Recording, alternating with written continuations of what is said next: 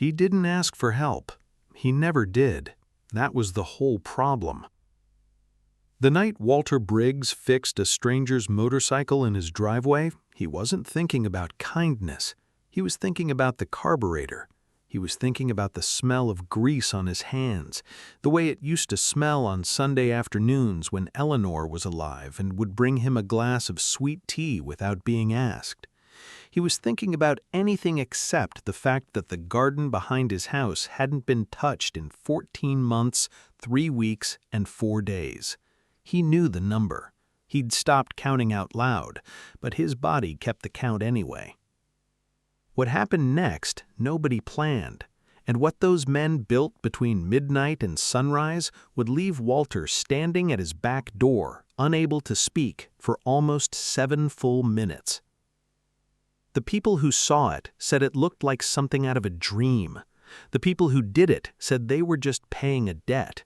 This is the story of one night in Millhaven, Tennessee, and it starts with a sound. Walter Briggs was 67 years old and had lived in the same house on Clover Ridge Road for 39 years. He and Eleanor had moved in 2 months after their wedding, when the oak tree in the backyard was barely taller than Eleanor herself. By the time she died, that tree touched the second-floor windows, and Eleanor had planted so many things beneath it: roses, black-eyed Susans, lavender, and long purple rose, that the yard looked less like a garden and more like a secret. She had a way with growing things. Walter had a way with fixing things. For 37 years, that division of labor worked perfectly. He fixed the furnace when it rattled. He fixed the car when it knocked. He fixed the loose step on the back porch 4 separate times because the wood kept warping in the summer heat, and Eleanor kept saying, "Walter, just replace the whole board." And Walter kept saying, "It doesn't need replacing, it needs fixing." And they would argue about it for exactly 3 minutes before she handed him his toolbox and walked away smiling. After she died, the step warped again. He didn't fix it. He didn't fix much of anything that year. The gutters needed clearing. The fence along the east side of the property was leaning. 3 slats had come loose entirely and lay flat in the grass like surrendered soldiers. Walter saw them every morning from the kitchen window, and every morning he poured his coffee and looked at something else. The garden was the worst of it. Eleanor had planted it herself every spring for 34 years. She had a calendar. She kept it in the kitchen drawer next to the rubber bands and the spare batteries, and it had planting dates written in her handwriting in red ink: tomatoes on the 15th of April, marigolds on the 20th, herbs in the first week of May. The calendar was still in the drawer. Walter had opened it once, in February, about 2 months after the funeral. He'd looked at her handwriting for a long time. Then he put the calendar back exactly as he found it and made himself a sandwich and ate it standing at the counter. By the following September, the garden was a tangle of dry stems and volunteer weeds. The rose bushes had gone woody and wild. The lavender had spread beyond its border and was dying at the edges. The tomato cages were still there, rusted and empty, standing in the dirt like little monuments to something that used to be. His neighbor Phyllis had offered to help. The ladies from the church had offered. His son Daniel drove up from Nashville in June and spent half a Saturday afternoon standing in the garden with his hands on his hips, saying, "Dan, just let me call someone." And Walter had said, "Daniel, I'm fine." And Daniel drove home that evening with the look on his face that Walter didn't like to think about. He wasn't a man who accepted help. That wasn't stubbornness, he would have told you. That was just his nature. He'd grown up in a household where you handled your own problems, where asking for something was a kind of admission, and the admission itself was the shameful part. His father had been the same way. His grandfather, too, probably. It was the kind of thing that passed through a family like an accent, invisible to the people inside it, obvious to everyone else. He wasn't lonely, that's what he told himself. He was busy. He had projects. He just hadn't started them yet. The sound that changed everything came on a Thursday evening in early October, just past 7, when the sky had gone that particular shade of deep orange that happens for about 4 minutes in autumn before it collapses into dark.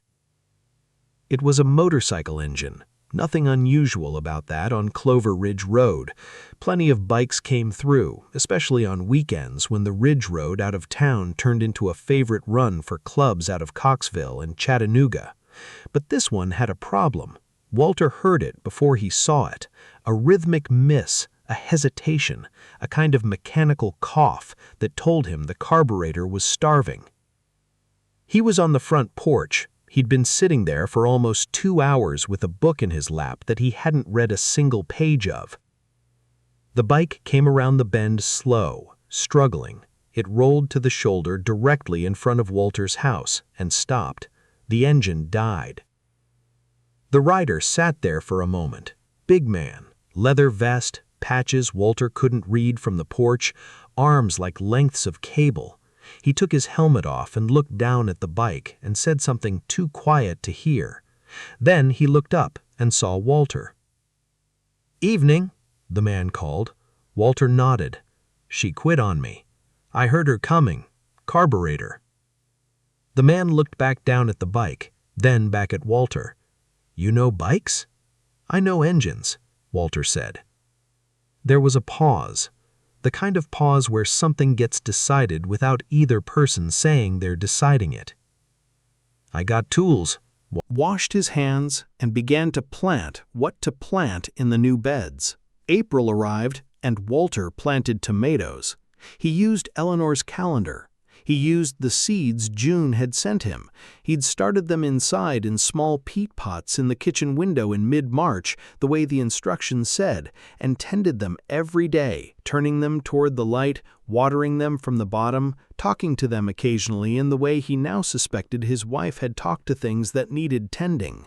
By the first week of April, the seedlings were 5 inches tall and beginning to crowd their pots, and Walter hardened them off over 10 days, bringing them outside for an hour, then 2 hours, then longer, graduating them to the outdoor world in stages, and on the 15th of April, which was the date written in Eleanor's red ink, he planted them in the amended bed where the old tomatoes had been. He took a photograph when he was done. He sent it to Daniel. Daniel replied in 4 seconds with nothing except an emoji that suggested tears of a positive kind. Walter looked at the emoji for a moment, then he put the phone in his pocket and went back to the garden. The roses were budded, not bloomed yet. It would be another 2 or 3 weeks, but the buds were there, red-tipped and tight, small and certain in the way of things that have decided it's time. He checked on them every morning. On the 2nd of May, the first bud opened. He saw it from the kitchen window at 6 in the morning before his coffee was ready. He went outside in his pajamas and stood in front of it and looked at it for a while. Crimson glory.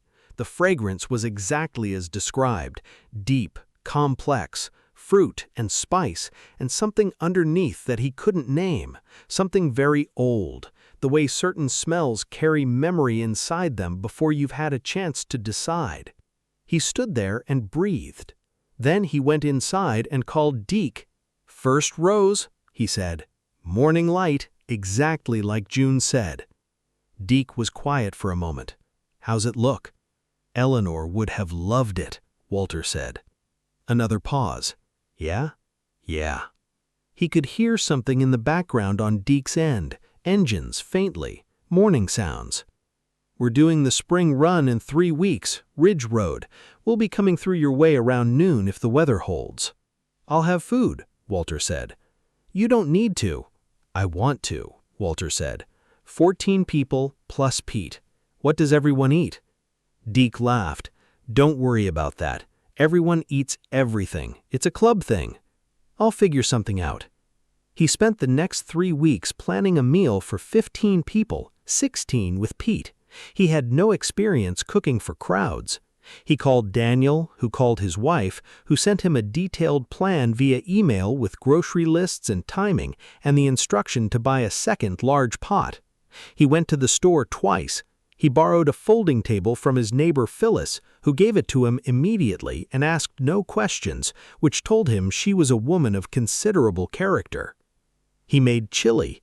He made cornbread. He made a large bowl of something the recipe called cowboy beans that he was fairly certain was just a dressed-up version of something Eleanor used to make on cold Sundays, which reassured him. He carried the folding table to the back porch and set it up. He brought out Eleanor's good dishes, which he'd used approximately twice in the past year because it seemed like an occasion for the good dishes. He went and stood in the garden for a while. 7 roses were blooming now. The tomatoes were knee-high and flowering yellow. The lavender was in full growth. The asters from last fall had returned, self-seated among the new plantings, unexpected and welcome. The garden looked like Eleanor's garden. Not exactly, nothing would ever be exact, but it had her quality to it, her instinct for abundance, the sense of a living thing curated with love and released to its own nature. He had done some of that. He had learned some of that in these months. He heard the engines from half a mile out. He stood in the garden and listened to them come. They arrived at 12:17, 16 motorcycles this time, because 2 people had brought their partners on pillion, and they parked along the road the same way they'd parked 7 months ago, in the same careful line, each bike angled out.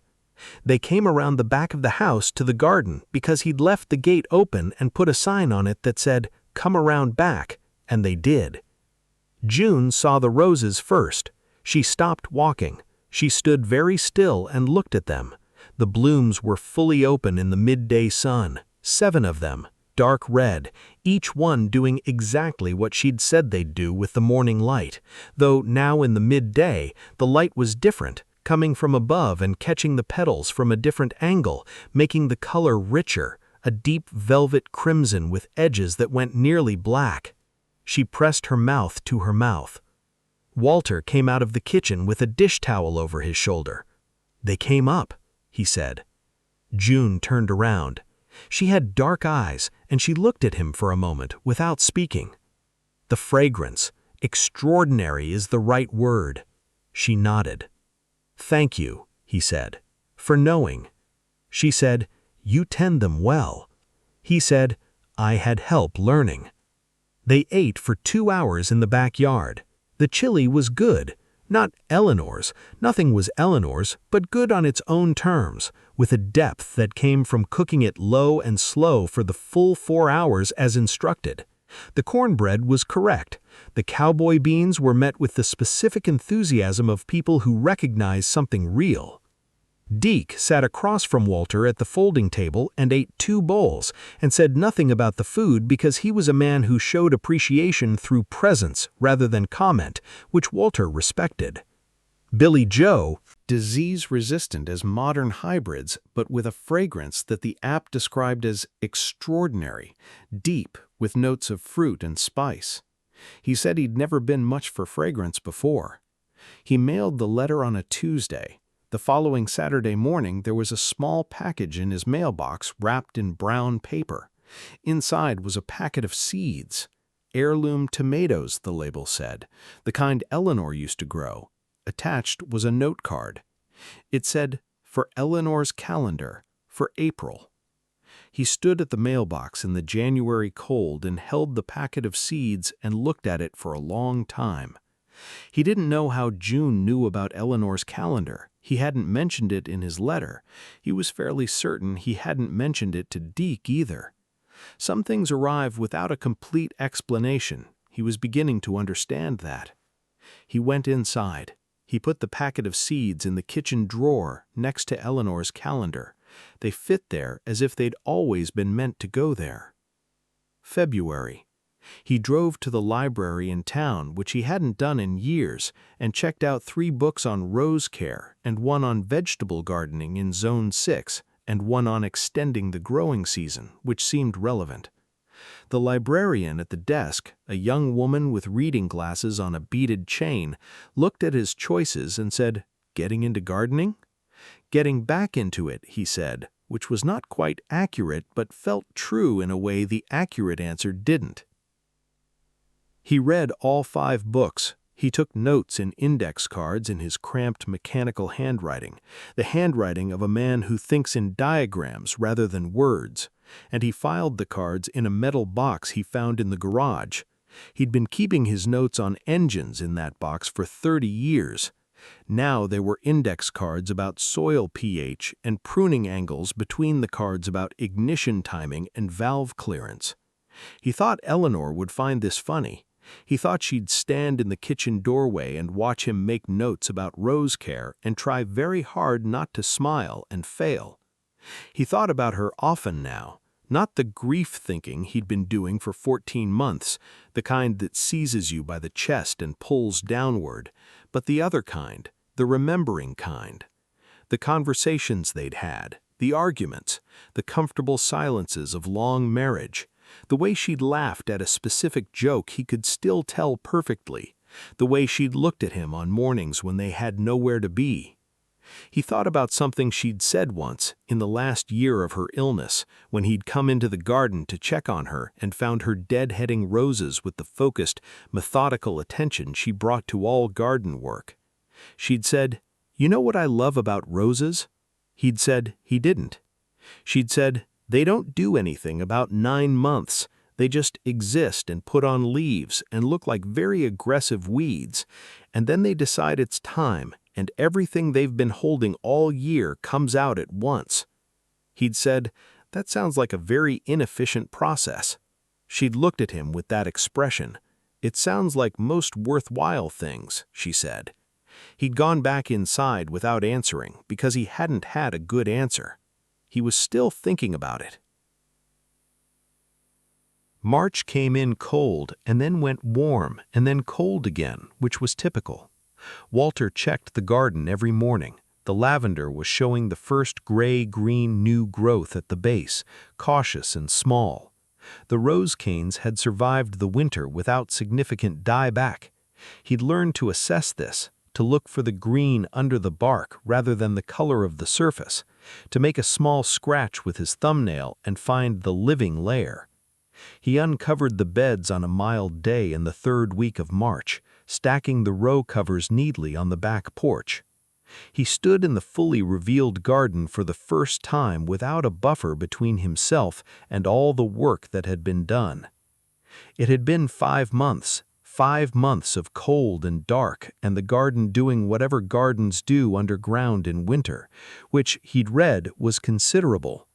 The root systems of perennials push deep in winter, a survival strategy that looks like death from the outside, but is actually the plant gathering its resources, building the foundation for spring. He understood that metaphor. He hadn't been ready for it in October. He was ready for it now.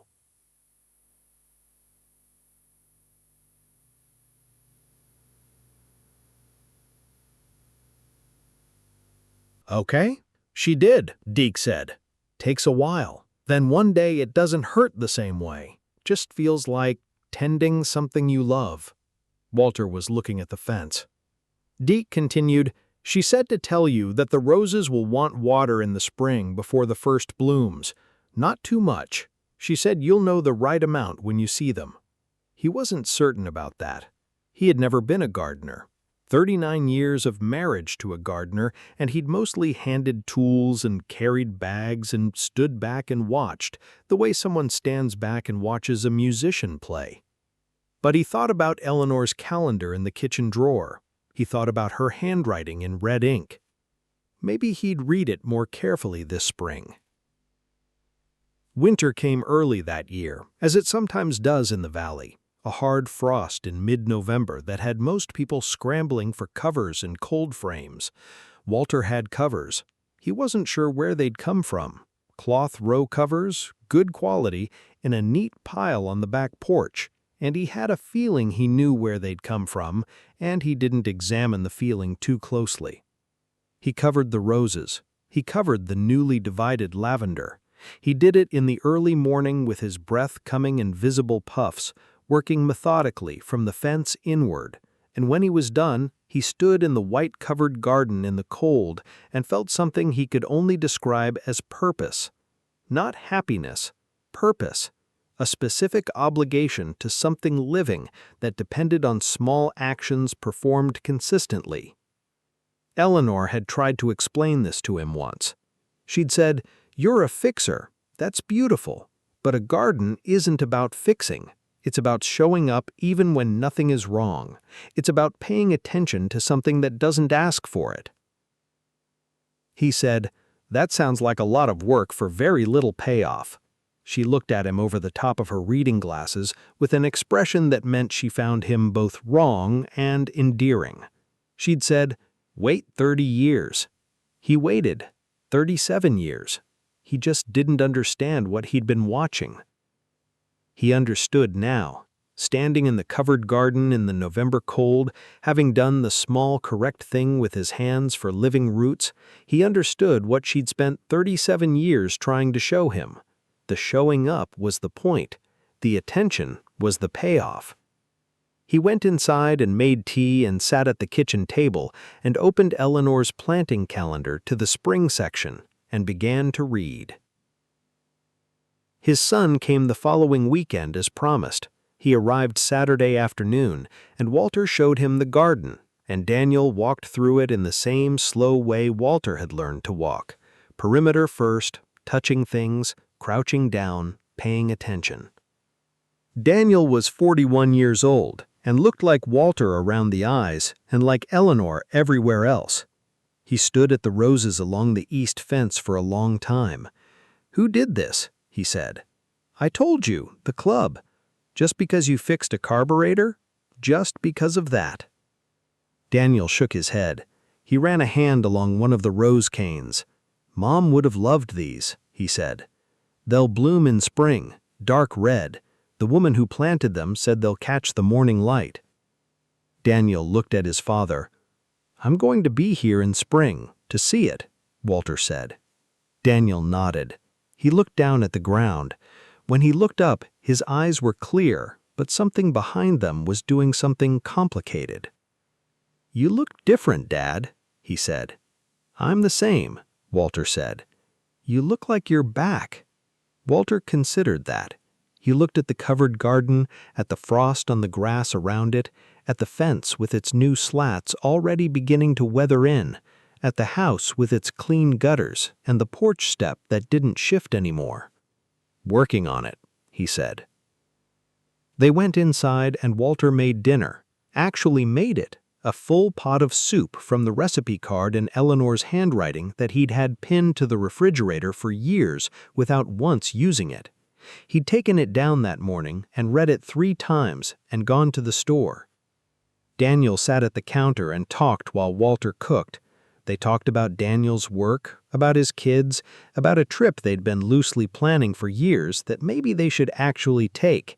At some point, Daniel said, "Tell me about Deke," and Walter told him everything from the beginning, the sound of the engine missing, the way he'd gone out without quite deciding to, the 90 minutes in the driveway, the gas receipt with the number on it. "Do you think you'll see them again?" Daniel said. Walter was stirring the soup. "Deke mentioned something," he said. "The club does a spring run up through the ridge. He said they sometimes stop along the way." "You're going to need to offer them something you can make," Daniel said. Walter tasted the soup. He adjusted the seasoning. "I'll work on it," he said. January was long. January always was. Walter worked on small projects in the garage, things he'd been putting off, things he could do with his hands in the cold. He reorganized his tools, which took 4 days, and resulted in a system Eleanor would have recognized immediately as one of his acts of meditation disguised as practicality. He wrote a letter to June, the woman who'd planted the roses. He'd gotten her address from Deke. It took him 3 drafts to get it right, and even the 3rd draft wasn't quite what he meant to say, but he mailed it before he could reconsider.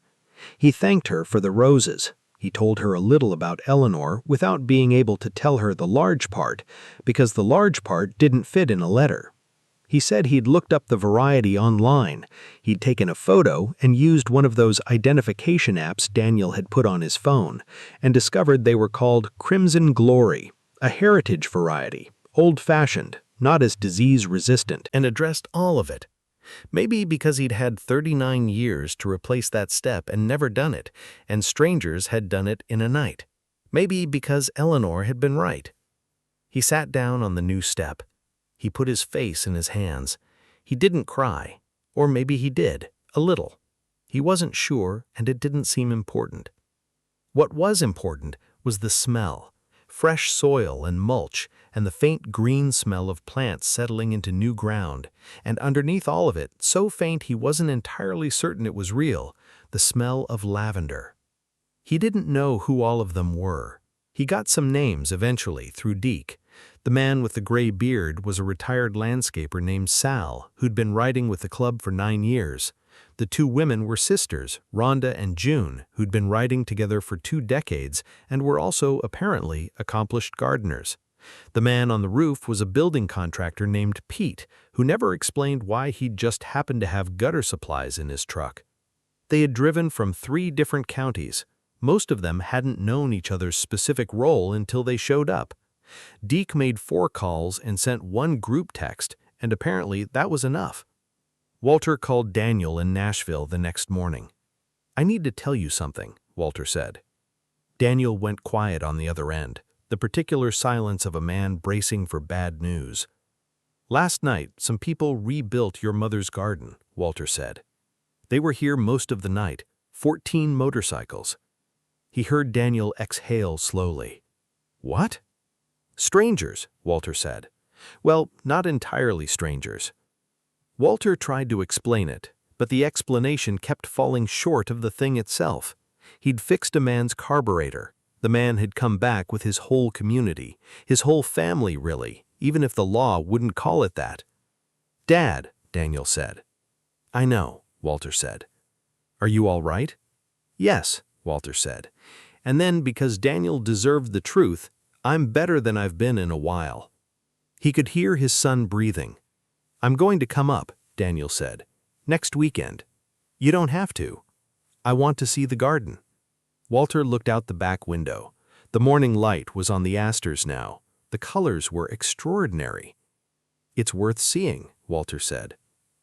He went back to the garden after the call and walked through it slowly, the way Eleanor used to walk through it.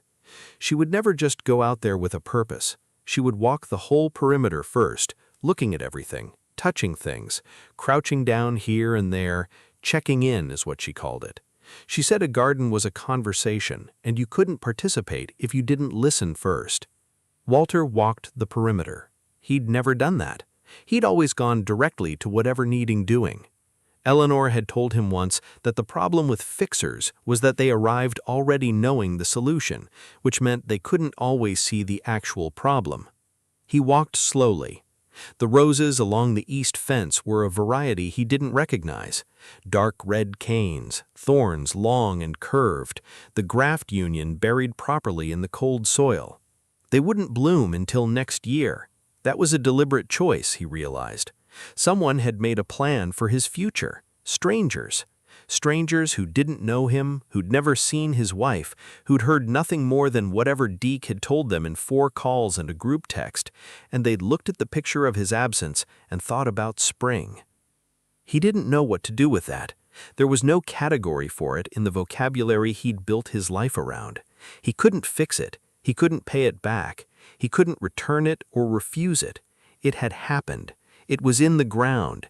It would be in the ground all winter, in the dark, growing in ways he couldn't see, and in spring something would come up out of the soil that strangers had chosen for him, and it would bloom. He went back inside. He made breakfast for the first time in a very long while. Actual breakfast, with eggs and toast, and a side of the frozen sausage he'd had in the back of the freezer for months, and he ate it sitting down at the kitchen table facing the window. He found Deke's number 3 days later in the pocket of his work shirt from that Thursday evening, written on a gas receipt in black marker. He hadn't put it there. He didn't remember Deke giving it to him, but there it was. He stood at the kitchen counter holding it for a long moment. He called. Deke answered on the second ring. "Your garden okay?" He didn't say hello first. Walter noticed that and liked it. "More than okay," Walter said. I wanted to thank you properly. You already did that by fixing her engine. That was one man's carburetor. You brought 14 people. 13, Deke said. Pete brought himself. I wasn't going to tell him not to come. Walter laughed. It surprised him.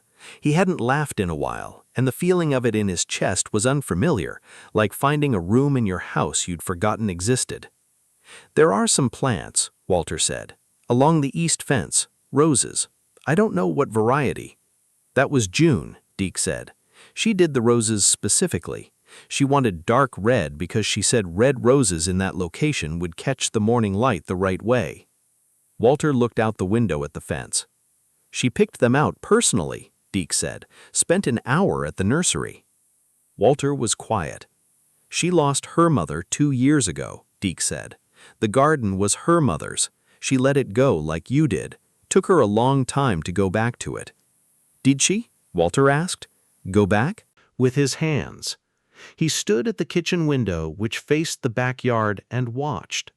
There were 4 people back there. They'd brought work lights, the kind construction crews use on folding stands, and they'd set them at the corners of the garden space, and the whole area was lit up in a warm white glow that made it look almost theatrical, like a stage. Someone was turning soil near the old herb garden. Someone else was laying out plants in a careful arrangement that Walter didn't fully understand yet, but that felt purposeful, the way Eleanor always arranged things before putting them in the ground, walking around, stepping back, looking at the spacing, reconsidering. His throat felt strange. He drank his coffee. He went back to the front window. The fence was done. Both young men were standing back, looking at it. 8 feet of repaired fencing, posts straightened, slats replaced, the new wood bright against the old in a way that would fade over one winter and be invisible by spring. There was a man on his roof. Walter blinked. He went to the side window and looked up at an angle, and there was, in fact, a man on his roof, with a flashlight and what appeared to be a bundle of gutters. This had not been in his immediate awareness, because the garden was the obvious thing, and the man on the roof was working quietly and efficiently and was nearly invisible in the dark. Walter stood in his kitchen and breathed. Eleanor's calendar was in the drawer next to his left hand. He did not open it. He couldn't have said why that detail mattered, but it did. The calendar was still there, still hers, still exactly as she'd left it, and outside in the dark, 14 strangers were making her garden live again. Those 2 facts existed in the same moment and created something in Walter's chest that he had no name for. Not grief exactly, not gratitude exactly, something older than both. At 2:15 in the morning, Deke knocked on the front door. Walter opened it. Deke looked at him. "We're going to be out here a while longer," he said. "I wanted to make sure you were all right." Walter was quiet for a moment. "Why are you doing this?" he said. Deke looked at his boots, then at the yard, then at Walter. "You fixed something for me tonight. You didn't have to. You didn't ask for anything." "That's not a reason to rebuild a man's garden." "No," Deke said, "it isn't." He was quiet. Billy Joe's wife, she died 3 years ago, left him with 2 kids and a house where everything stopped. He told me once that the hardest thing wasn't the grief. The hardest thing was driving up to the house and seeing the gutters falling and the yard going to weeds and knowing you can't fix it alone and knowing you won't ask. Walter said nothing. Deke said he had a neighbor, didn't ask, just showed up. Deke looked at the repaired fence. Changed everything. He looked back at Walter. "Your wife," he said. It wasn't a question. He'd seen it in the yard. Walter nodded. Beautiful garden. Going to be beautiful again. He went back to work. Walter closed the door. He stood in the hallway for a moment. Then he went to the kitchen and opened the drawer and took out Eleanor's planting calendar and sat down at the kitchen table and looked at it for a long time. Her handwriting was exactly as he remembered. He could hear the sound of shovels outside, the soft thud of plants being settled into fresh soil, the low voice of someone calling something across the yard, and someone else calling back. He sat there until almost 4 in the morning, turning the pages of Eleanor's calendar. He fell asleep in the chair. When he woke, the room was gray and early, and the house was silent, and for 1/2 second of partial consciousness, he didn't know what had happened. Then he heard birds. Then he remembered. He went to the back door. He opened it. He stood there for 6 minutes and 40 seconds. He knew because he later looked at his watch and it read 5:47, and he was certain he opened the door at 5:41, and in those 6 minutes he didn't move and he didn't speak. The garden was real. Not just repaired, remade.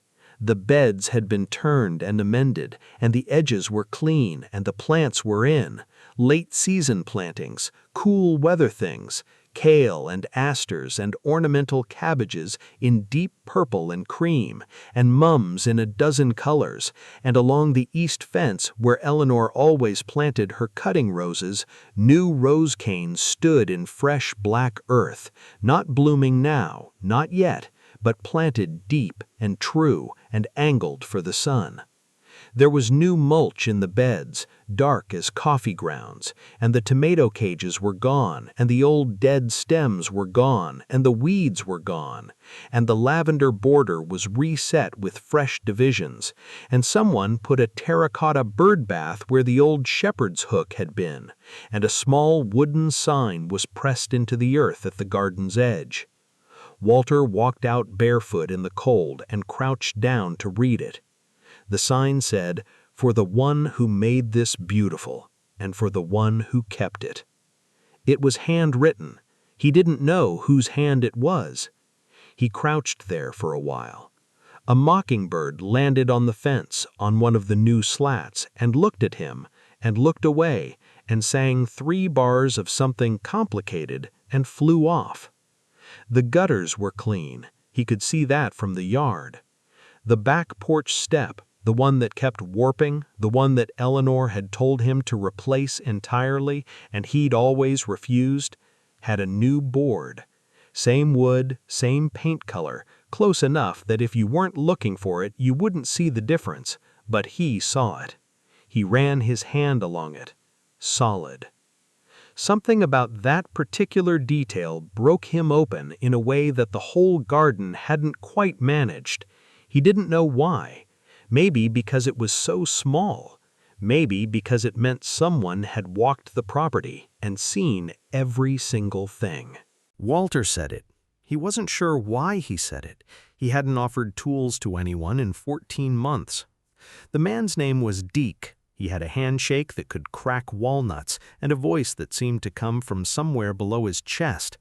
He was 53 years old, he said, and he'd been riding since he was 16, and he'd never had this particular bike fail on him before, and he didn't like the feeling. "She's never left me," he said, running a hand along the gas tank, "not once in 11 years. "Things break," Walter said. He was already crouched beside the bike. "Doesn't mean they're finished." He found the toolbox in the garage without turning on the light. 14 months without use, and his hands still knew exactly where everything was. Muscle memory, Eleanor used to call it. The body remembers what the mind is tired of holding. He worked in the driveway under the overhead light, and Deke crouched beside him and handed tools when Walter held out his hand, and neither of them talked much, which was fine. Walter had always found that good work created its own kind of conversation. You didn't need words when you were both focused on the same problem. Deke watched carefully, not just watching really, absorbing. Walter noticed that. The man had the eyes of someone who learns by observation, who files away information for later. He asked one question in the first 30 minutes. "How do you know where to start?" Walter was quiet for a moment. "You listen," he said. "Engine tells you what's wrong. You just have to speak the language." Deke nodded like that meant something to him beyond carburetors. It took an hour and 20 minutes total. The carburetor needle was worn, and the float bowl gasket had hardened and cracked. Walter had spare gasket material in the garage. Eleanor used to say he kept enough parts to rebuild a tank, and he cut a replacement by hand, fitting it by feel and lamplight. When he restarted the engine, it caught on the first crank and settled into a deep, even idle. Deke stood up slowly, listening to it. His face did something complicated. "That's her," he said quietly. "That's exactly her." He turned to Walter. "What do I owe you?" "Nothing," Walter said. He wasn't being noble. He was being honest. He'd needed something to do with his hands for 14 months, and this man's broken engine had given him 90 minutes of it, and that was worth more than money. Deke put his helmet on. He was quiet for a moment. Then he said, "You got family around here?" Walter looked at him. "Just asking," Deke said. "A son," Walter said. "Nashville." Deke nodded. He looked at the house for a moment, then at the side yard where the fence leaned, then back to Walter. Whatever he saw, he didn't name it. "Thank you," he said. "I mean that." He rode away at 8:47. Walter went inside. He washed his hands at the kitchen sink, watching the grease swirl down the drain, and felt something he hadn't felt in a long time. Not happiness exactly, but the particular satisfaction of having been useful. It was a small thing. It lasted about 20 minutes. Then the house was quiet again, and he went to bed. He did not expect to hear anything else that night. The sound woke him at 11:53. He lay in bed for a moment, thinking it was a dream. It wasn't. There were engines outside. Not one, not two, many. The sound of multiple motorcycles arriving, cutting their engines one by one, the silence falling in layers as each bike went quiet. He got up. He put on his robe. He went to the front window and looked out. There were 14 motorcycles parked along Clover Ridge Road in front of his house. 14. They were parked in a careful line, each one angled precisely, like they'd done this before, which it turned out they had. The riders were already in his yard. Walter stood at the window and watched. There were men with shovels, men with flat boards of lumber. There were two women, both in riding leathers, one carrying what looked like a collection of clay pots, one pulling a red wagon loaded with bags of something dark and heavy.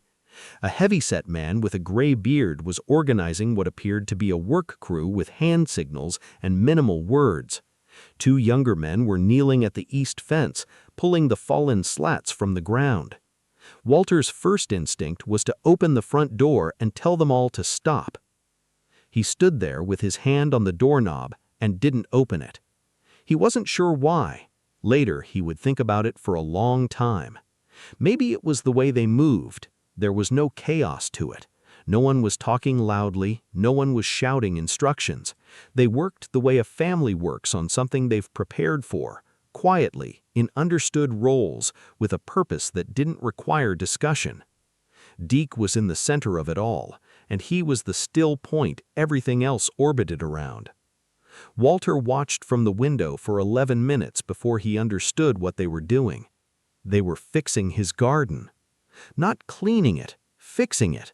The tangled rose canes were being cut back with practiced strokes. The lavender was being divided and reset within new borders of edging stones that appeared as if from nowhere. The old tomato cages were gone, pulled and set aside, and in their place 2 men were working soil with long-handled forks, turning and breaking and aerating. The red wagon carried topsoil. The clay pots carried plants, actual plants, already grown, waiting to go into the ground. Someone had planned this, not in the 2 hours since Deke left, but in advance. Someone had looked at Walter Briggs' yard and understood what it needed and gathered what was necessary and staged it in trucks he could now see parked 2 houses down in the dark. Walter walked to the kitchen. He made coffee because he didn't know what else to do.